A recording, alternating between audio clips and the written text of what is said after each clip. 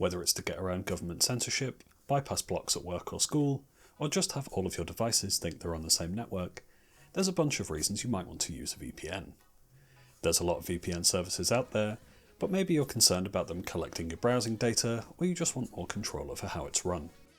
Today I'm going to show you how you can set up your own private VPN server for just $4 a month, and we'll be done in no time. Now, I'm going to be using DigitalOcean to provide the VM for my VPN, since I'm a long-time user of theirs and I know their VMs, which are known as droplets, are stable and reliable. You can use any VM provider you like, so long as they provide you with a static IP address. If you do choose to use DigitalOcean while you're following along, they're not sponsoring this video, but there is a referral link in the video description to get you some free credit, which will cover at least a few months of your VPN. If you find this useful, don't forget to subscribe. So, let's jump over to the DigitalOcean droplet creator and get our VM created. Now, DigitalOcean doesn't have the widest range of location options versus other platforms, but I want to create my VPN in Singapore, so this will work for me. You want to pick a region which has access to the resources that you want, while ideally keeping it as physically close to you as possible to reduce latency. For the operating system, I'm going to pick Debian 13. Other options are available if you want them, but Debian's a solid server OS, and version 13 was released last year with support until 2030, so I won't have to touch this for a while, although you should turn on automatic updates to make sure your server's secure and patched. We'll talk about that later. For our droplet size, we're going to pick a basic plan, since we don't need a dedicated CPU core for our VPN. While OpenVPN is CPU dependent, it doesn't consume a ton of resources if it's just one or two devices using it. For this demo, we're going to use a regular $4 a month droplet to show how cheap this can be, though if you've got a couple of bucks to spare, or if you plan to connect more than a couple of devices, the $6 tier doubles your RAM, and the $12 tier is probably a sweet spot with its 2 CPU cores. We're not going to add storage or backup to this service as we're cutting costs, so let's move on to passwords. We'll set a strong password, or if you're technically minded you should use an SSH key, then we'll give our droplet a hostname and hit create. Now our droplet is created and we can get connected. Quick side quest for those following along at home. DigitalOcean doesn't reserve your IP address by default, so when you reboot your VM, you might find it has a different IP address when it comes back online. To fix this, we can go and add this as a reserved IP. You'll only be charged for this if the IP is reserved but not allocated to a droplet. You'll be charged a cent an hour or $5 a month, but so long as your VPN is running, you'll be fine, no charges. Okay, let's get connected to our droplet to start setting things up. We're going to use SSH to connect to our VM, so fire up your terminal of choice. I'm going to use Windows Terminal, and type SSH root at and the IP address you get from the DigitalOcean portal. Hit enter. The default admin user on Linux is the root user, so that's what we're going to be logging into. You'll get a prompt asking if you trust this machine.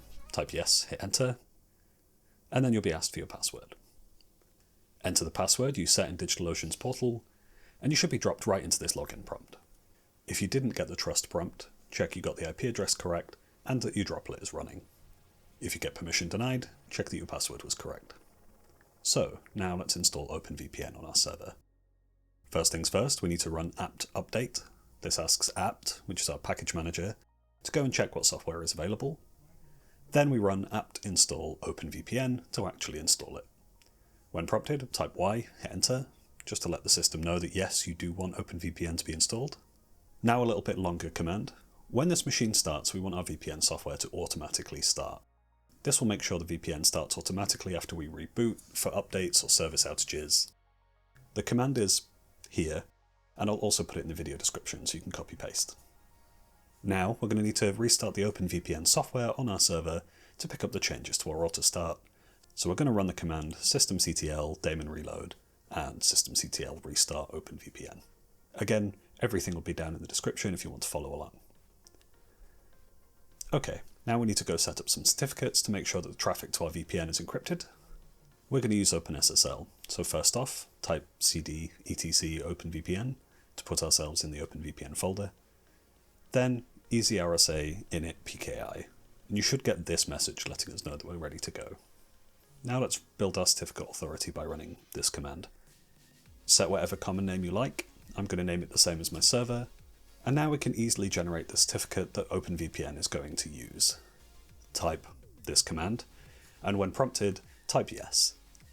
It's It's going to tell you that your certificate is valid for 825 days, which is the default. You'll need to come back roughly every 2.5 years to update this, or rebuild this from scratch if you're like me and you want to keep the OS up to date without risking an in-place version upgrade. Okay, nearly done. One more OpenSSL command, run this one here, to generate Diffie-Hellman parameters. Don't worry about what that means. Now that our certificates are set up, we're going to configure our OpenVPN server. I'm going to use Nano as my text editor, but you use your text editor of choice. And I'm going to type nano etc openvpn server.conf, and we'll be presented with an empty file to enter our config.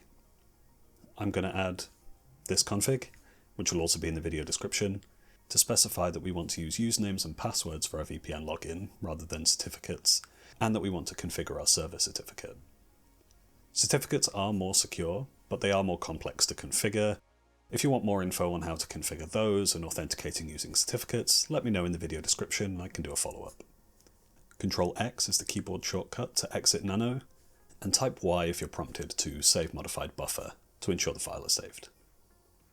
Now we're going to run these commands to enable our service and to restart it to ensure that our new config is applied, and assuming no error message appears, we should be good to go.